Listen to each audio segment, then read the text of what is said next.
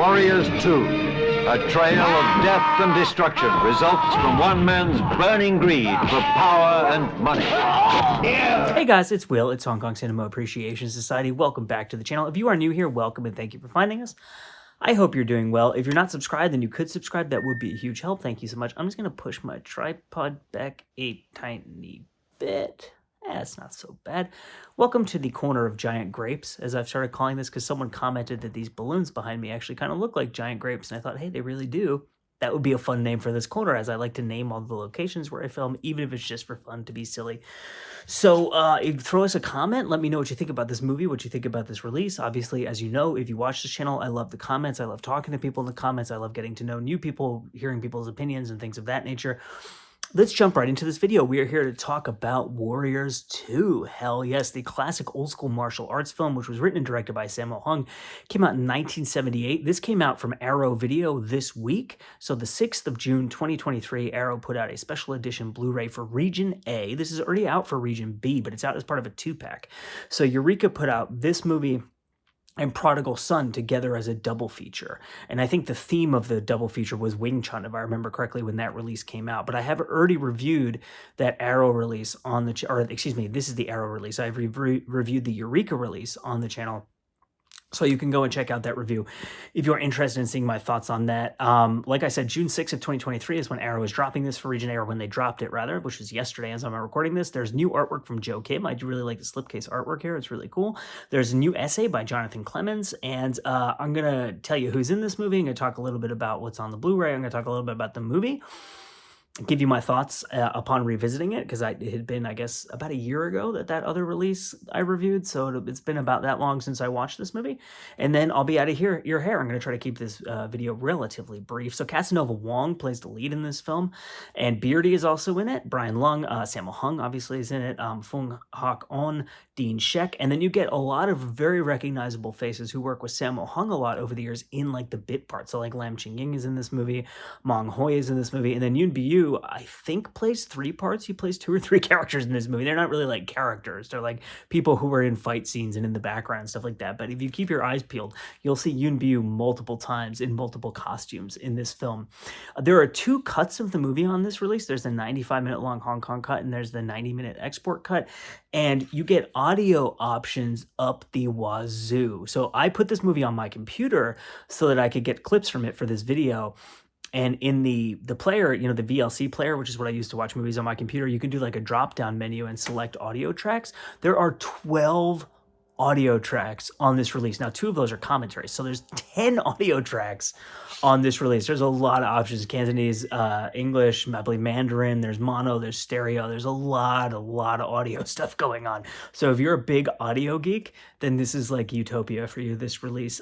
Just to tell you what this movie is about in a nutshell, there's the Casanova Wong character actually plays a real person, I believe, who was Ip Man's Sifu. So he was like a Wing Chun practitioner, and this is a Wing Chun movie, like I said, and it gets kind of, I don't know enough about Wing Chun and how it actually works to know how accurate this film is. I've heard it's not like insanely super minutia accurate, but it is accurate to a degree.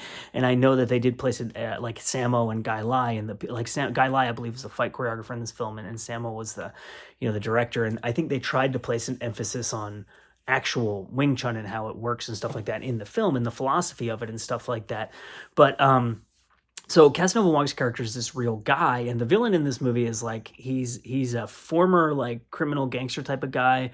This is a period piece martial arts film, it should be noted. So they've got like the long hair and stuff like that. And I just knocked down some of my balloons, but this review is going off the rails very quickly. So the bad guy, he's like a former criminal robber type of guy who took all the money that he made from his robbing escapades and started a bank. And then his kind of henchmen guys are like, oh, are we going legit? And he's like, oh, no, this is part of a much larger plan to, like, we're going to assassinate the mayor of this city and take over the whole town, and like this evil, nefarious plan. And so the Casanova Wong character wants to put a stop to that. But then the Sammo Hung character is in classic kind of Sammo fashion. He plays this like everyman guy on the street, like kind of, I don't want to say loser, but like not a super successful in life kind of person. And he gets caught up in this plot, right? So in a way, he's the character that audiences in Hong Kong in 1978 could see themselves in. Is this kind of like silly, goofy guy where he's like selling food on the street. He's like a street vendor kind of dude, and he's just like a normal guy and like very relatable and funny and stuff like that. And then he gets caught up in this big, larger than life plot to stop this guy who's trying to take over this whole town through these nefarious means. So to tell you what I thought about this movie upon revisiting it, this is an excellent old school martial arts movie. Like, it is a really great example of films from this era. There's a lot of reasons for that. It goes through a lot of the tropes of the films from that era in martial arts filmmaking, but it's a very innovative and fresh take on it. A lot of people think this is Sammo Hung's first like great film or his first masterpiece, whatever word you want to use. I know some people don't like using the word masterpiece. It's kind of a loaded word, but like this is like a big moment in his career where he kind of announced himself as like a force in the filmmaking industry. Like, he's not just one of the crowd, like he's an original voice and he has a fresh and unique take on it. I think that's very much true. This is a very visually conceived film and a very interesting visual film. So what do I mean by that?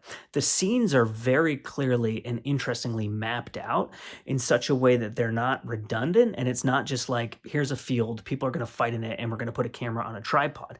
There's interesting camera movements. There's diverse scenery. There's a combination of sets and real-life locations. Each fight scene set piece gets its own unique environment. There's like a restaurant fight scene. There's like a fight scene in the woods. There's this really, really cool fight scene that I think is like one of the most interesting fight scenes in any one of these old school martial arts films, where it takes place in kind of like this bamboo forest at night. So the people who are fighting can't see each other because it's totally dark. And they're trying to like listen for each other and like feel one another out in the darkness, and they're fighting through these big shoots of bamboo. It's a really unique scene and really interestingly conceived. There's really cool training montages in this film. There's one where, you know, those like Wing Chun dummies that you see them practice on in the movies. There's one where they're like moving and Casanova Wong is like trying to fight them as they move. There's sword fighting in this film. There's pole fighting in this film. Like, there's everything. It's like a bloody movie. It's got a fantastic action climax where there's like 5 or 6 fights happening in succession, and like Sammo's fighting someone with swords and Casanova Wong is like kicking the crap out of someone. Like, all these different characters are involved and all these good guys, bad guys, like total melee. And it moves from like a courtyard to inside of the house, and like it's a movie that is maximizing the potential of cinema to be visual, to be interesting, to be violent, to be visceral, to have moving camera, to have moving people, to create this dynamic sense of almost chaos through the combination of moving camera and moving people and the editing and the use of all these filmmaking techniques. It really is kind of, in a way, it almost reminded me of like the early Jimmy Wang Yu films, where he is really, really maximizing the potential of cinema as a form to hammer home the visceral, violent, brutal nature of the world in which his characters live and the martial arts they're practicing. This movie is very similar. They're very different movies, but that similar approach of using martial arts, or rather using the language of filmmaking and editing and moving camera and the relationship between character and location and stuff like that to emphasize the nature of the fighting. But then, of course, because it's Sammo, and because Sammo's got his great team around him, and he's a great fighter himself, and Casanova Wong is amazing, right? This is very, very high-level fighting. It's not like the Jimmy Wang Yu films where there's not really an emphasis on real techniques. It's more just filmmaking. This combines filmmaking techniques with like people who can actually do badass, awesome martial arts.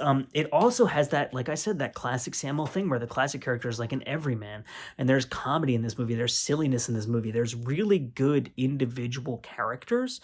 But again, I've talked about this a lot with Sammo Hung before. His films are not just about the individual characters, they're about the relationships between the characters. So even though you have really solid, very strong individual characters, this is a film about character relationships and how people's relationships build and change over time. And that stuff is really, really well done, especially in the context of the arc of this martial arts kind of story that is the center of the film.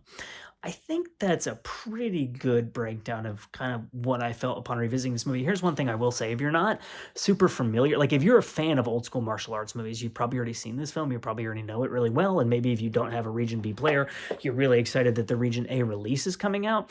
If you're new to old school martial arts films, but you've seen Shaw Brothers stuff and you really like that, like buy this movie. This really is a classic of old school martial arts.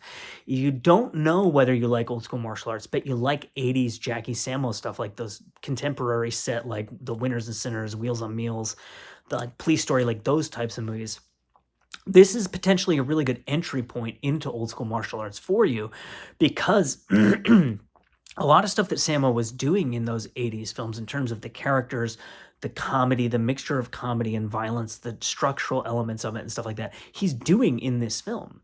It's just that this is an old school period piece martial arts film. But it's still Sammo, and it still has his personality and those things, those touchstones that he uses again and again and again throughout his career. They're like the hallmarks of kind of his style.